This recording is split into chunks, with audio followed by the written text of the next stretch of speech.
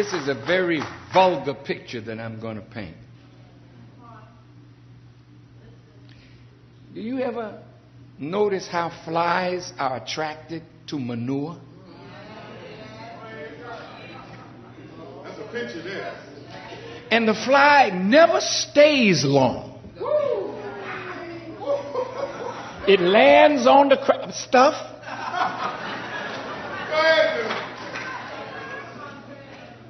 And drops something and takes something. And goes to look for some more stuff to light upon. And that's the way men in this world treat women.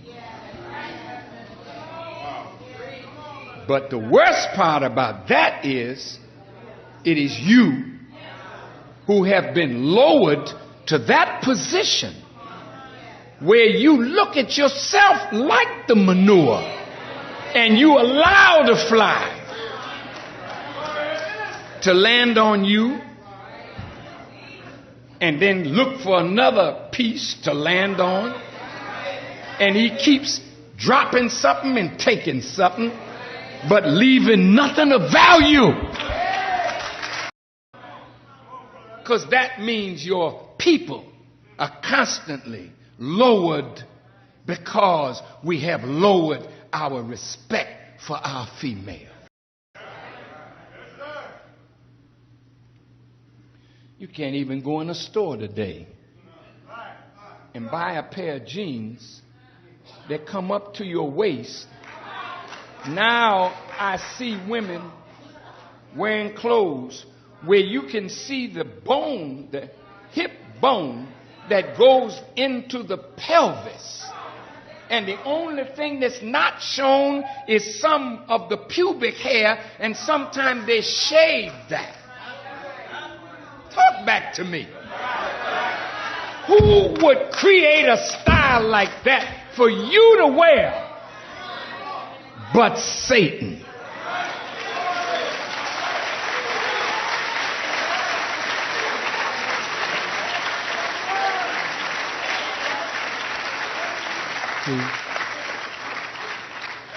You are beautiful. Your body is attractive.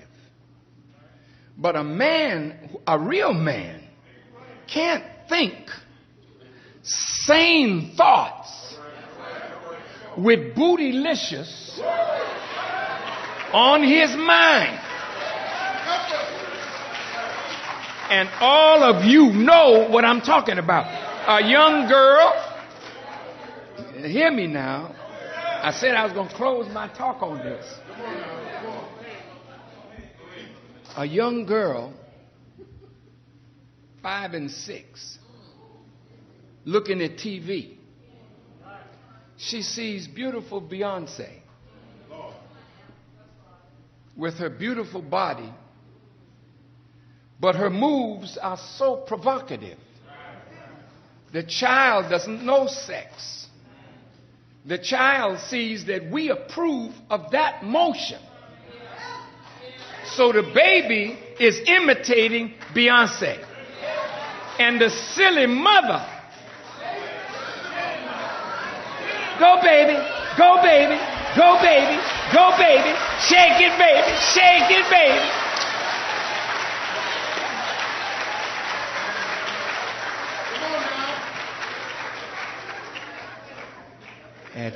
At 5 and 6 or even 4 and 3, the little girls are learning to shake.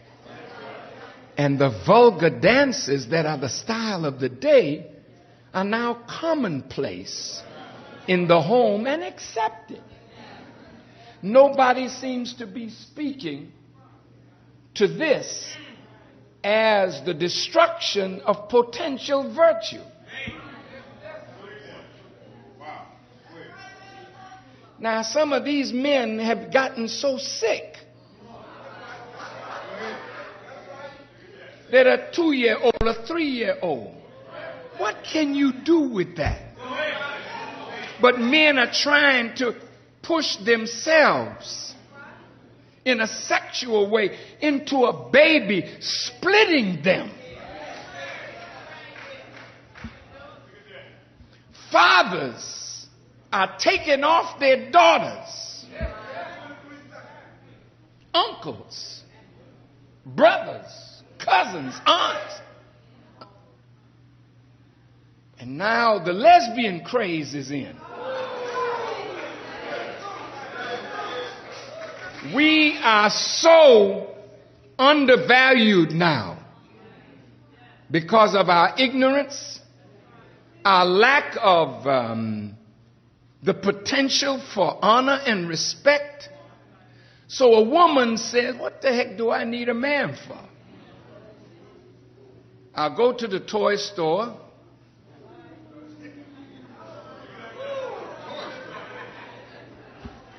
And to hell with him.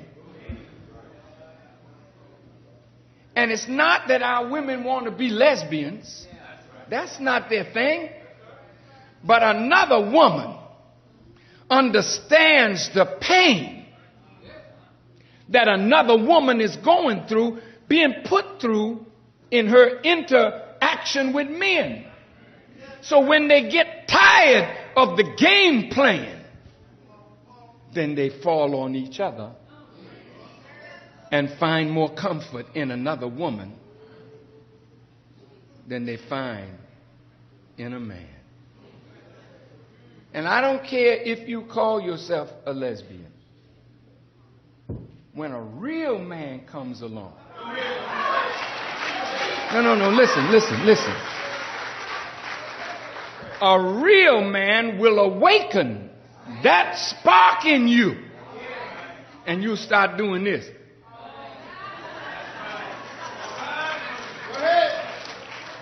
Because you are a real woman. A beautiful woman. But a very abused woman. Because the Honorable Elijah Muhammad said, where there are no decent women, there are no decent men. For the black woman is the mother of civilization. Now, dear sisters, listen.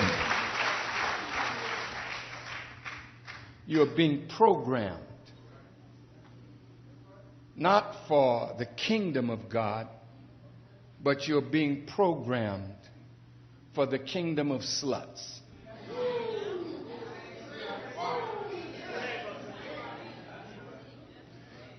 So when you go to church, I'm appealing to church leaders. We have to begin to stand up and ask our women to be better and protect them. When they desire to be better, let no man destroy that kind of virtue. It is one of the most beautiful pictures of paradise on earth when women are in a sanctuary, like a bird sanctuary or someplace where you can walk and no man will dare to molest you. You are under protection.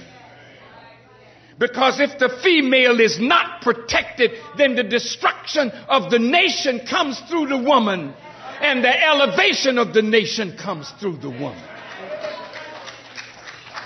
So when you march against abuse, and then I have to stand, brother.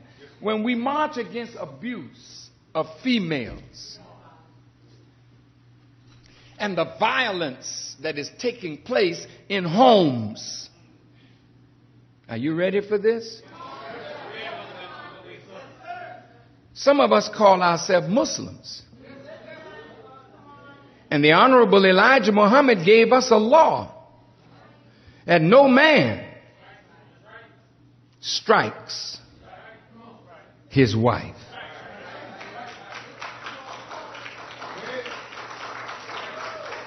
How you going to beat the woman that produces your future? Well, yeah, but she, you know what I mean? You understand what I'm saying? She rose up against me, man. I had to show her, you know, some of these women will beat you down, though, brother. And that's a terrible thing when a man gets beat down by a sister. He takes her to court. Your Honor, I was peacefully minding my business, and this woman jumped on me, and that's the way I look like. You should be ashamed of yourself. But most of you that smack women and beat them with your fists and bruise them, but yet want sex with them, the same night you beat them, you want to sleep with them. Like she's some tree that a dog will lift his leg to, or a lamppost, that she don't have feelings. Do you think after you beat up a woman that she really wants to give herself to you? And why would you want to take pleasure from somebody to whom you have given so much pain?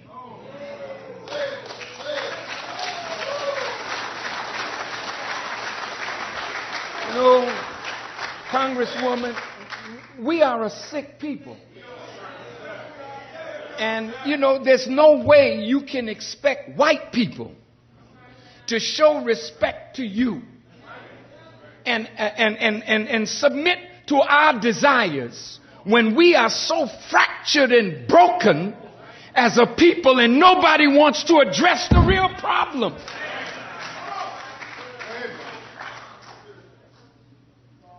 It is one of the most beautiful pictures of paradise on earth when women are in a sanctuary, like a bird sanctuary or someplace where you can walk and no man will dare to molest you.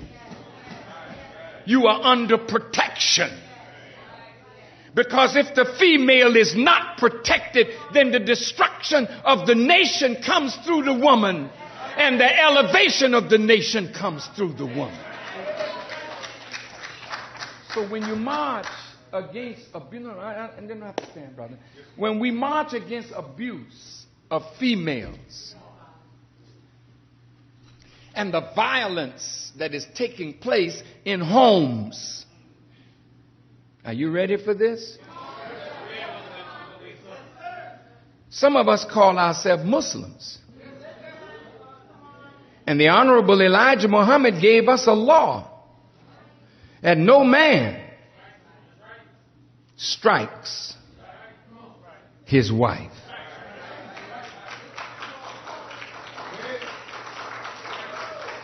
How you going to beat the woman that produces your future? Well, yeah, but she, you know what I mean? You understand what I'm saying? She rose up against me, man. I had to show her, you know, who. Some of these women will beat you down, though, brother. And that's a terrible thing when a man gets beat down by a sister. He takes her to court. Your Honor, I was peacefully minding my business, and this woman jumped on me, and that's the way I look like. You should be ashamed of yourself. But most of you that smack women and beat them with your fists and bruise them, but yet want sex with them,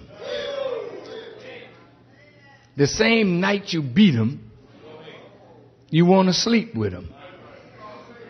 Like she's some tree that a dog will lift his leg to, or a lamppost, that she don't have feelings. Do you think after you beat up a woman that she really wants to give herself to you? And why would you want to take pleasure from somebody to whom you have given so much pain?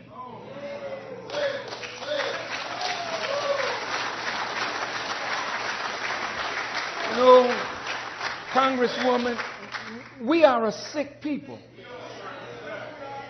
And, there's no way you can expect white people to show respect to you and submit to our desires when we are so fractured and broken as a people and nobody wants to address the real problem.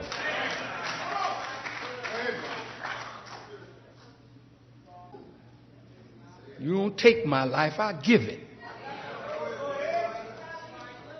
That's how sacred your freedom is to me. I didn't take an assignment like this because I'm afraid to die.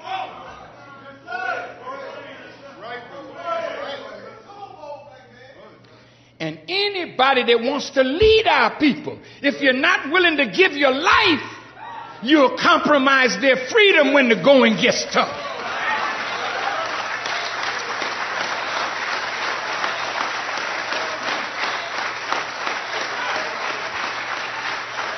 Now,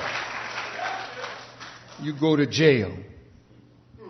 Man, when you in jail, and I done taught in prisons all over this country, brother, and I see us locked down, man. And the guards sometimes are so vicious. Why do you want to do something to give them the chance to destroy you? Sometimes you're going to have to fight. That's right. But don't fight because you were silly and disrespected authority. Now I'm going to bring it home. I won't get home yet. Home is the last place. School. Let's say school. You got a teacher. The teacher's in authority. You there to learn. So the teacher does something you don't like and you raise up. Well, in my day coming up, in my day, and that's back in the day, they had a little thing called a rattan. Yes, sir. And it's a stick. You go in the dressing room and you got to put your hand out. And they wear that hand out. That's right. You could hear the person, woo! Come back in the room, And the rest of the class got in line. And we didn't graduate dumb. We didn't say we didn't know how to read. And my mother told me, said, son, if you are disrespectful to your teacher, I'm coming up there and I'm going to pull your pants down in front of your classmates with your raw behind showing. And I'm going to wear that behind out. Do you understand me? See, and my mother was a behind wearer out. Go ahead. Do you think if they told me that I could call 911 that my finger would have ever touched the phone? Not with that mother. I don't know whether I ever told you the story about this West Indian mother that used to visit our house. Short, dark-skinned. To me, she was beautiful, but by the standards of the world, she was not. But there was such beauty in this woman. She was from Barbados in the Caribbean. And she was whipping her son one day. And he was screaming, and the neighbors called the police. And this big Irish cop came to the door. She went to the door. Yes, what can I do for you? He said, lady, the neighbors said that there was some screaming going on and they thought some violence was taking place here, so they called me. She said, come inside. Close the door. She said, mister, your mother beat you? He said, yes. He said, You see that stick upon your side and that gun in your pocket? He said, I beat in mine today, so you will never have to use them thing you got on him tomorrow.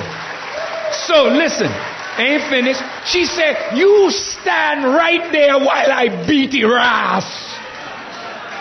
And she snatched that boy out from under the bed and wore his behind out, and the policeman said thank you, and he left. Now, no child should be abused, but that's what behinds are made for.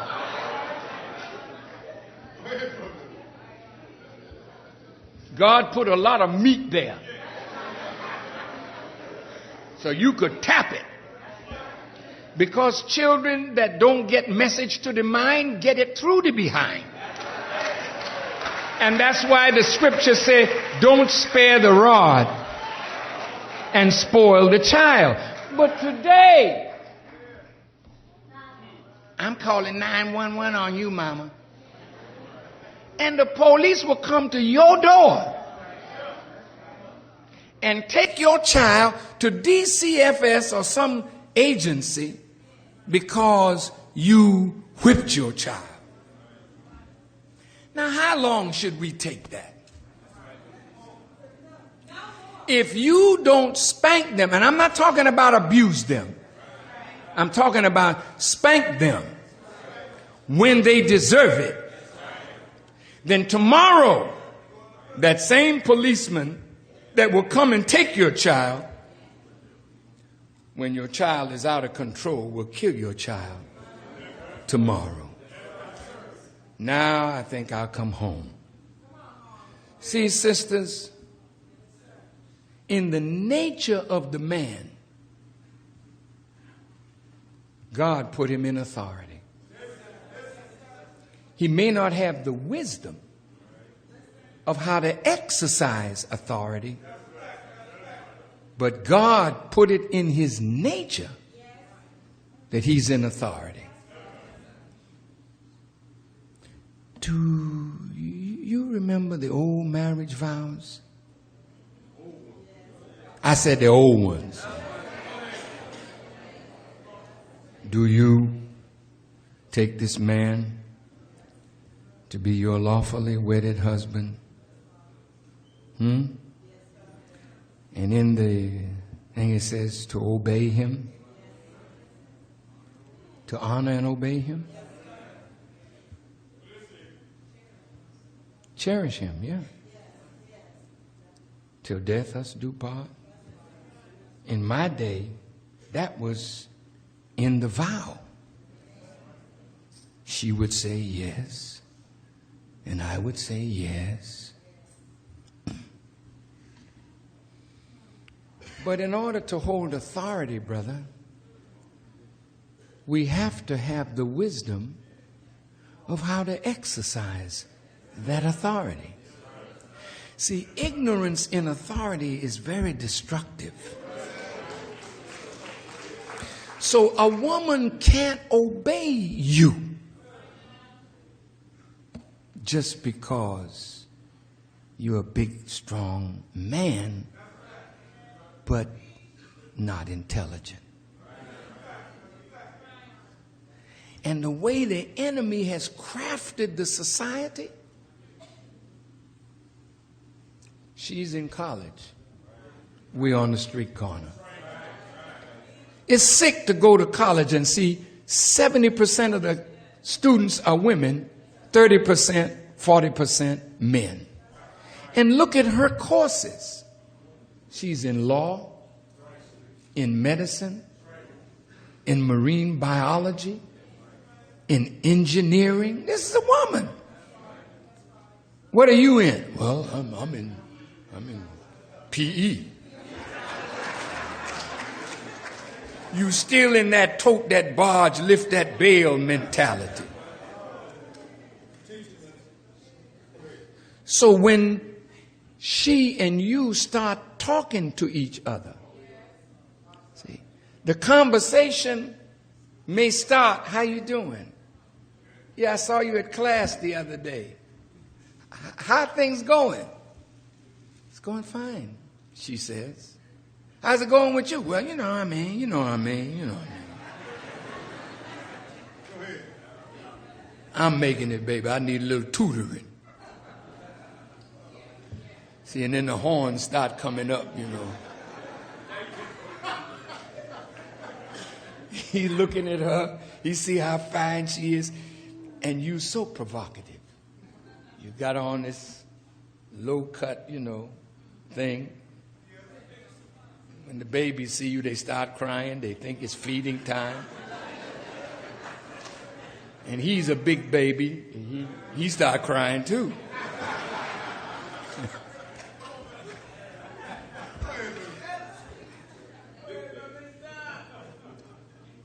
Sister, you cannot honor and respect and obey and cherish a man who does not understand what it means to be a man. So our family life is being destroyed. Our marriages are falling apart. And the only way we think we can maintain strength in the house is by physical force. And she'd get tired of that and kill us. And in prison today, yes. In prison today, most of our brothers are not in there for what you call premeditated murder. This is murder, crime, passion. I caught my wife with another man. I killed them both. She caught you with another woman and killed you or killed the other woman. Brothers, what I'm seeing is that as men, we have lost, if we ever had it. I'm speaking now in the mosque. Because the mosque gives us a moral standard by which we should govern our lives. And as a man, if you govern your life by the moral standard of the teachings, then the woman has some justification to respect you and to honor you. And if you grow in the wisdom of the teaching, she has some right to obey you. But you cannot expect obedience to ignorance. That's against the law of nature and intelligence. I'm asking you to obey me simply because I'm in authority, but I ain't saying nothing.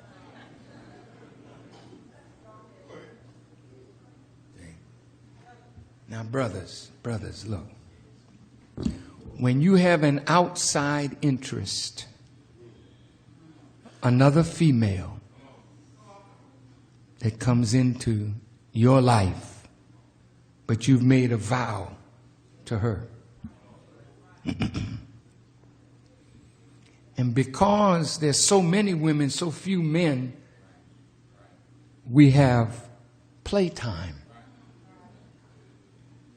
So the woman here, I'm going to talk to you a second. See, you don't respect marriage.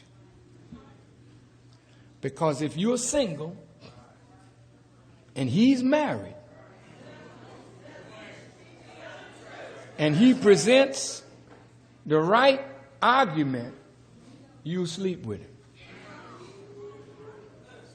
Now, in our world, that's a death penalty. Do you know why God gave Moses such a law like that?